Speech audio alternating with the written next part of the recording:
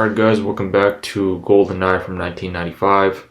Always starting us off with the gun barrel. And here we see James Bond running on the Contra Dam here in Switzerland. So James Bond, this time played by Pierce Brosnan, as he jumps down flying, has made it to this chemical facility, still part of the USSR, and uses a laser gun to open his metal door, and James Bond breaking in on a soldier taking a shit. Beg your pardon, forgot to knock.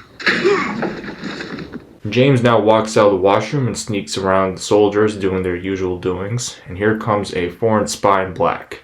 And his name is Alec Trevelyan, played by Sean Bean. You know, star of Game of Thrones, and he knows James Bond. And he's Agent 006 of MI6, Alec is. And the two sneak together and sneak into this other room, and Alec turns on the alarm and has 6 minutes to grab whatever he has to grab, as Alec shoots the guards away, and it's Colonel Arkady Grigorovich Orunov, played by Godfrey John, yelling. And James Bond looks like he's almost done grabbing whatever data from these giant metal tubes, as he calls for Alec Trevelyan. And the colonel pointing the gun at Alec. So James Bond is to plant bombs, as pointed out by Alec, and Colonel Urumov is getting impatient.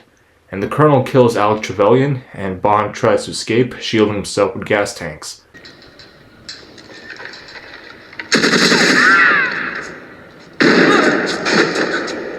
Dumb move there, soldier. And James Bond escapes by shooting the gas tank cages as all the tanks start rolling out, and now on the airfield with more soldiers closing in. With James Bond almost hijacking the plane, Grand Theft Auto style, he just grabs the bike and races to the plane as Colonel Urumov just stands and watches the show, and has gained control of the plane. And there goes the airbase too, and now on to the intro.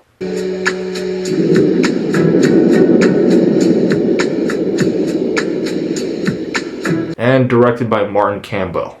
Now seeing the Aston Martin DB5 speeding up right now as 9 years passes by. Driving Caroline here around, and she doesn't like the high speed, and now sees a red car speeding behind him. And we'll know her name later, and she just plays around with James Bond in the red car. And the red car driver loses control after seeing this tractor in her way. And now driving past these cyclists who are in the way of the two NASCAR driver wannabes.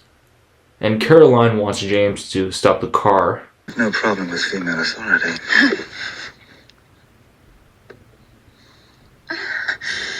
Now that was wrong. And pretty sure James Bond is in France so far, since he speaks to the valet keeper in French and spots the car of the woman earlier who was racing him. Here she is again, playing Baccarat on the table, and now joins James Bond. And so far she's winning at this and loses. 6. Madame loses. And the two finally introduce themselves to each other, and her name is Xenia on the top, played by Famke Janssen, or Jansen. On the top? On the top. So translation, on the top, actually, and understands her accent is Georgian, and knows the license plate on her red car is a fake one.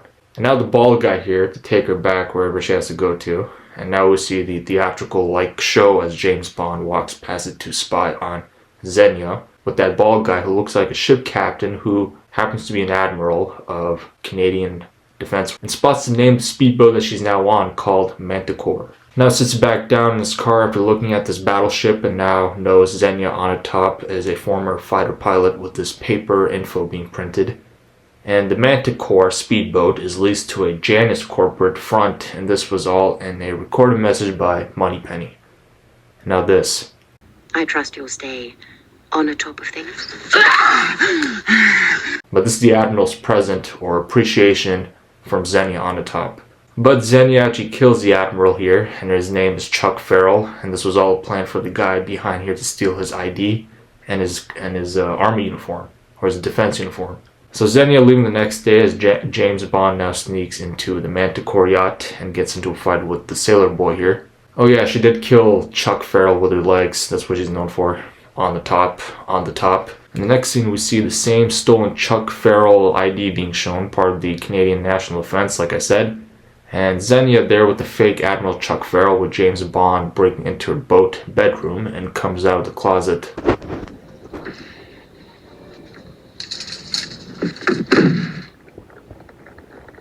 What did I tell you? So James escaping the speedboat, and we see this French officer presenting the new attack helicopter called the Tiger helicopter. And Xenia and the fake Admiral Chuck Farrell disguise themselves as the French fighter pilots, and the army troops stop James Bond as he knows Xenia is stealing Chopper, but he can't move. James can't move. So next scene at this control center in Russia, and see this girl working here, and her name is Natalia, played by Isabella Sokrupko, and she just works here. And her colleague Boris Grishenko, played by Alan Cumming, fooling on the job, and tells her the password is knockers, and has even broken into the U.S. Department of Justice. Bang! Done! I am invincible! It still breaks in, even with the unauthorization warning, and breaks into the FBI computer system in Georgia. The state, not the country, okay? And now the two go on break, and Boris is going for a cigarette and spots the Tiger helicopter landing outside this control center. And Xenia has brought Colonel Umarov with her. And the colonel is here by surprise of the other soldier that he's here to test the Goldeneye gadget stored here, and gives the soldier the access to use it and on the Petya satellite. And the soldier now scanning, taking the Goldeneye gadget out of the safe and hands it to Oromov, and Xenia shooting at all the control center employees, since the two are corrupt officials. But that only leaves Boris and Natalia. And turning on the Goldeneye, and the map on the big screen changes as he tells Xenia to target the laser at Severnaya and arms the weapon. And the two notice that someone is still here, and it's Natalia, and one of the employees is still alive, and turns on the emergency alarm, and Xenia checking the staff room for whoever's here.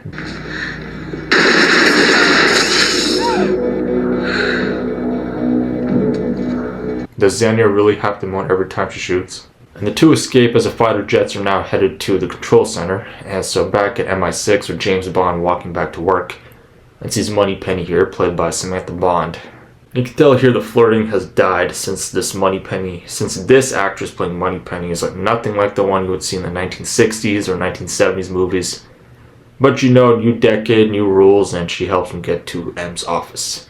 And we also see Bill Tanner again, played by Michael Kitchen, this time updating James Bond with a distress call from the radar station at Severnaya, and sees the Tiger helicopter.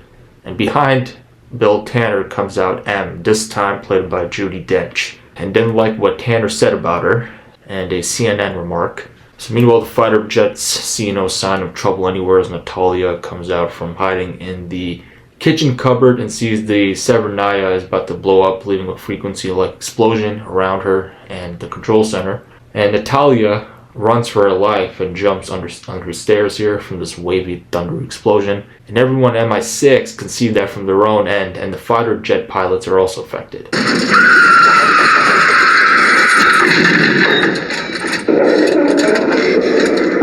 And she almost died there, and the control center has officially been destroyed. Natalia, looking at Anna's dead body, says her name at the camera alarm and it doesn't open. She should know it's been destroyed. That alarm system's gone. And she hears the sound from the top. She thinks it's nothing, and it's the satellite come breaking down as she climbs out and yells for Boris Grishenko. And Tanner getting a call has been known that their satellite is down, and the American satellite are down too. And now mentions that the satellite weapons knocks out anything electronic and knocking out the enemy's communication before they can fight back.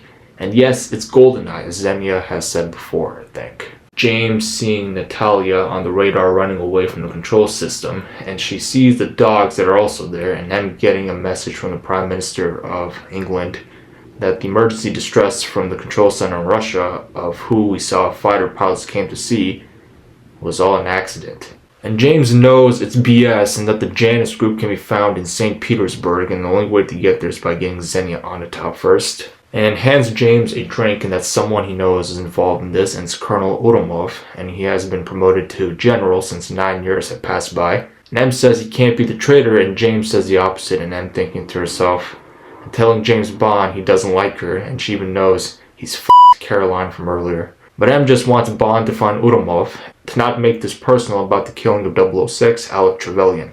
Come back alive. Now in St. Petersburg, Russia has received this defense minister here, played by Cheky Kario, watching and knows General Oromov is late. And here he comes walking in and is ready to present that Goldeneye has blown up Severnaya and agreed to investigate it, and says Siberian separatists did this, but we know as the audience Oromov did that and would like to quit being the general right away. I mean, you got what he wanted. And the defense minister mentions before Urumov quits is that 2 programmers were missing amongst this, and Urumov knows Boris is dead, but does not know about the other survived programmer, Natalia, who he knows alive. Urumov has a killer, and the defense minister recommends to not blame Siberian separatists right away until Urumov finds Natalia. So meanwhile, James Bond is back to seeing Q Branch again, played by Desmond Llewellyn, as always, who could have lived to play Q in the 2000s since he died in a car accident in 1999. Skiing? Hunting. And that's a cast shooter. So Q shows James Bond his new car for the mission, a BMW Z4 sports car with Sting missiles behind the headlights. It even shows him a special leather belt. Shows him a ticket to St. Petersburg, Russia in a fancy pen that could blow anyone up with 4 pushes on the top, and uses it on this mannequin dummy. Support. It's tested for 100. Pristine order. Don't touch that. It's my lunch. And Q wanting James to hopefully bring all this stuff back in good condition, and James touching Q's lunch. So James Bond has made it to Russia and sees his guide who will take him where he has to go. And his name is Jack Wade of the CIA, played by Joe Don Baker, who actually died this year, and he will come back in Tomorrow Never Dies in 1997. And takes James to his car, but first makes sure he's the right guy that was sent to pick him up.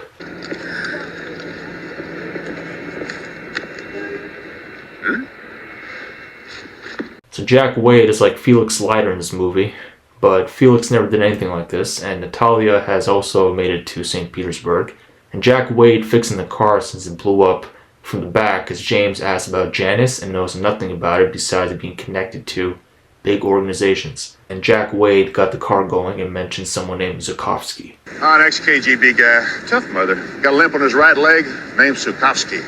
Valentin Dmitrovich Sokovsky? So Natalia has made it to a computer shop and asks the computer manager here, and asking him in code, she would like to use a computer here, and she contacts Boris since he somehow escaped alive from that explosion. So Boris gets her email, and she's happy and tells Boris everything here on email, and he messages her back to meet up with him at the local church. Jack Wade is puzzled why James needs Zukovsky's help, and points there that's where James Bond can find Zukovsky himself. So Natalia has made it to the church as Boris said on email, and she sees the church is shutting down and runs away. It's me, it's Boris! It's Boris! It's Boris! Hello! And yes, Boris is working for the opposition, Xenia Onatop and General Urumov. And we now see Valentin Dmitrovich Zukovsky, played by Robbie Coltrane, and walks here and easily identifies who is pointing the gun next to him. We also see the girl band that will be singing later on in his club, one of them being Irina, played by Minnie Driver, you know, the girl from Good Will Hunting, which will also come out 2 years after this movie in 1997. And Zukovsky brings James Bond here, and we see this.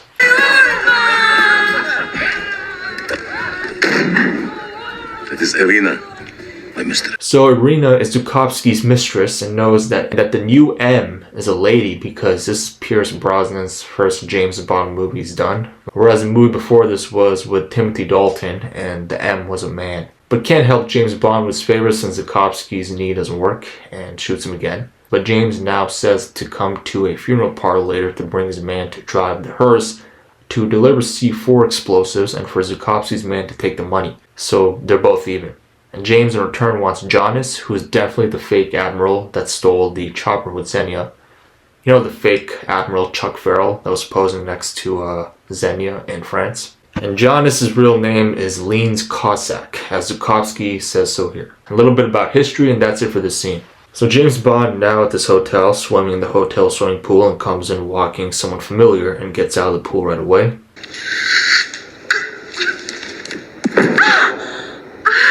And she even tries to eat him, and even tries to use her legs again on him like she did with the real Chuck Farrell, and throws a champagne bucket at the guard with the silencer, and now he wants her to take him to Jonas. And she takes him there to the statue dump-like area and knocks her out, and sees the Tiger helicopter. As James Bond is looking around, he hears a familiar voice. Alec? Back from the dead. So Agent 006, Alex Trevelyan, is alive and disgraces MI6 by joining the enemy since, well, actually this was all his idea. What he's done for MI6 was never appreciated and doesn't pay well, let's be honest here. And James blaming MI6 for not doing a proper background check on Alec here, since that he's from the family of Leans Cossacks. So he's Jonas the entire time. He's definitely the guy that was posing as a fake Chuck Farrell. And Alec responds he was an orphan and MI6 overlooked it since he was too young, and the wrinkles on his face was caused by the bomb explosion 9 years ago.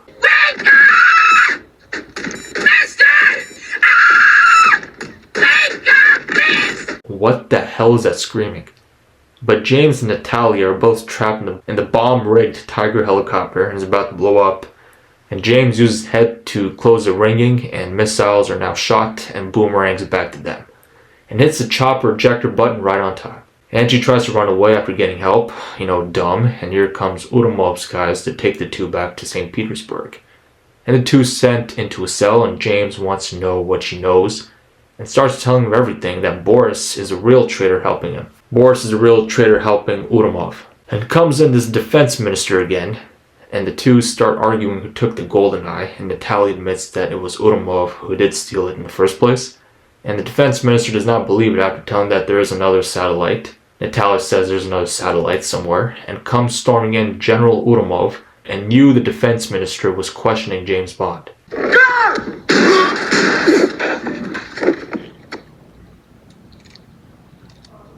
So Uramov kills the defense minister and the guard, and will put the blame on James Bond for this, and the three run out. And Uramov is looking for James and Natalia and shooting off the guys. And also this. Trust me. And takes out his trusty belt, and James Bond, escaping using the belt grapple as Natalia, falls into the floor and is captured by General Uramov. And he drives off with her as James has an idea after looking at the tank there. And the two take a turn down the alley, and James is breaking the brakes off these buildings and making back on the main road. And James Bond is now trapped by the army jeeps, and the police cars are retreating and give up by running. And Uramov has made it out so far as James Bond runs into the Perrier delivery truck, sponsored by Perrier for this movie. And this warrior statue also made it on the tank and dropped onto these cop cars like a paperweight and crashed into the back of the tank. And Uramov makes it to the docks where he meets up with Xenia wearing her usual attire. And the two take the private train to meet with their true leader, Alec Trevelyan. And as the train is moving, Alec tries to kiss Natalia, and as the train driver sees a tank blocking the tunnel, and Xenia and Alec know it's Bond in the tank blocking the tunnel. As Bond fires at the train and gets out to cause destruction here, and James Bond has made it inside the train right before Alec reaches for his gun. And James just wants to see Natalia and tells him she tastes like strawberries. It comes out Uramov and James telling him Alec is a Leans Cossack, part of that family, and will kill him too. So with Uramov killed and Xenia and Alec escaping again, and Natalia getting a computer to work to see Boris's activity so that they can find him, and James ripping off the floor of the train with Alec radioing in that he set up the same timer bomb like he did 9 years ago at the bottom of the train. And sees Boris's activity and tries again to one of his silly password games, and James is smart to know the password is chair. And Natalia making sure that Boris's tech stuff is going from one major city to another. And she still doesn't know it with only 20 seconds left to escape, and they have to go to Cuba. Okay, so she already knew, and they kiss with all this weapons talk. The two have made it to Cuba. They're driving around in the forest in the same BMW Z4 supplied by Q, and the seaplane lands right in front of them. And it's CIA Jack Wade again, the Felix Leiter wannabe. Head to toe. Right. And Jack hands him a bag of stuff from Q, and the CIA doesn't know that they're here in Cuba. He hands him a file, and Natalia sees it first with more details of the mission, and Wade taking the Z4 since Bond needs the plane for this part. And a lot of detail in this movie, so much detail. And James sits down thinking to himself and comes on Natalia knowing that Alec used to be his friend. And her dumb overacting response, like you're a killer bullshit. And forcefully kisses her, and she loves it. And James is sleeping with the two having sex, and asking the question about the killer she means nothing to me remark seen from before. and she almost kills him with his pillow there after answering yes to that question. But the next scene, James is now flying over here, and so far the two see nothing, and flying over the water, and we see a missile hitting the plane, and have crash landed here. And Natalia's unconscious, and now he decides to sleep on it for now, and sees a helicopter, and sees someone with a sniper, and it's Xenia Onatopp again. And she licks his face and tries to use her legs again to try to kill James Bond, and this time not for sex, and wakes up Natalia and tries to hit Xenia. So James now grabs a rifle behind Xenia, shooting at the helicopter, and Xenia Onatopp is officially dead.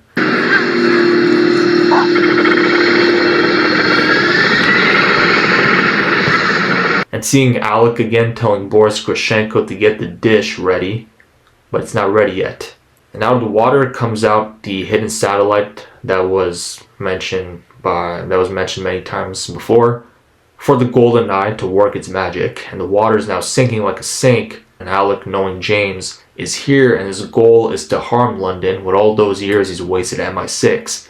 So Alec's army shoots at the two, and the only way to stop the satellite is to kill the antenna above it. And two sliding down sends an empty toilet with Alec and Boris all ready to launch the Goldeneye. And with Bond breaking in, Alec's guys have captured him, and he's made sure the bomb has been planted, again with the timer, but it's not activated yet.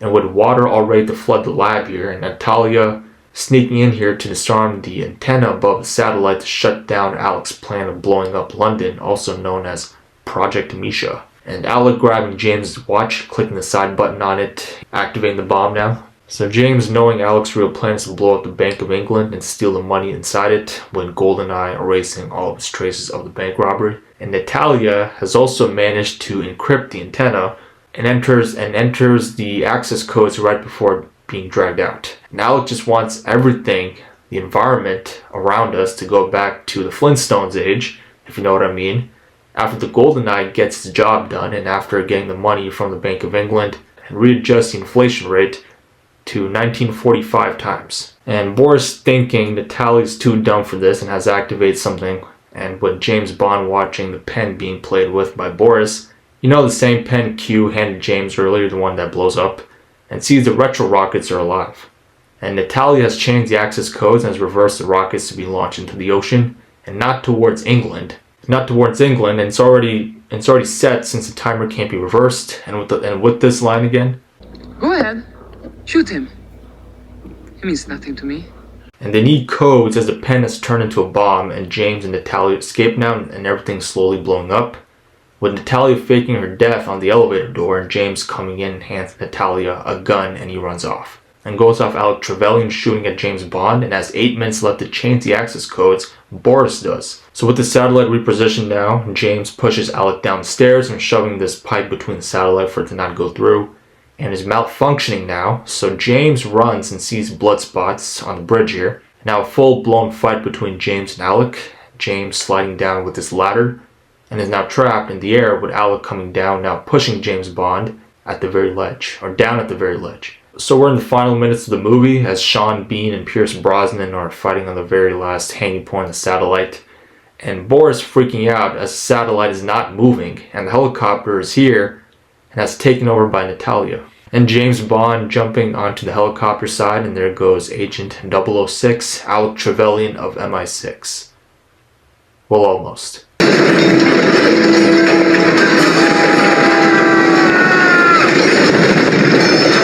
And somehow Boris, living through that chaotic scene again, still thinks he's invincible, and now has been frozen to death. And the helicopter drops those two down and just start kissing, coming back from behind Jack Wade of the CIA again.